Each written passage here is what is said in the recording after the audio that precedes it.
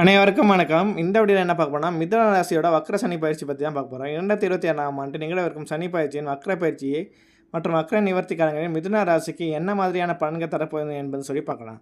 தற்போது சனி பகவான் உங்கள் ராசிக்கு 10ஆம் வீடான தொழில் ஸ்தானத்தில் இருக்கிறார்.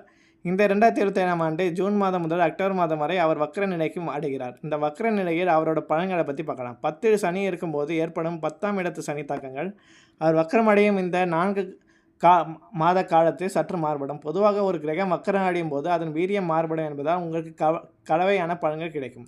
கடந்த சில மாதங்களாக தொழிலில் இருந்த கடுமையான வேலைப்படும் மற்றும் மன அழுத்தம் இந்த வக்கர காலத்தில் சற்று குறையும். புதிய தொழிலை தொடங்குவதை விட ஏற்கனவே செய்து வரும் தொழிலில் உள்ள குறைகளை நிவர்த்தி செய்ய இது நல்ல நேரம்.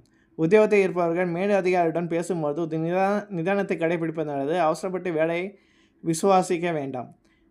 இழுபறியாக இருந்த பழைய பாக்கிகள் மற்றும் வரவேண்டிய தொகைகள் இந்த காலகட்டத்தில் கைக்கு வர வாய்ப்புள்ளது. தேவையற்ற ஆடம்பர செலவுகளை தவிர்த்து சேமிப்பதற்கு முக்கியத்துவம் கொடுப்பது கடனிலிருந்து விடுபட உதவும். குடும்பத்தில் கணவன் மனைவியிடையே இருந்த கருத்து வேறுபாடுகள் நீங்கி ஓரளவு சுமூகமான சூழல் உண்டாகும்.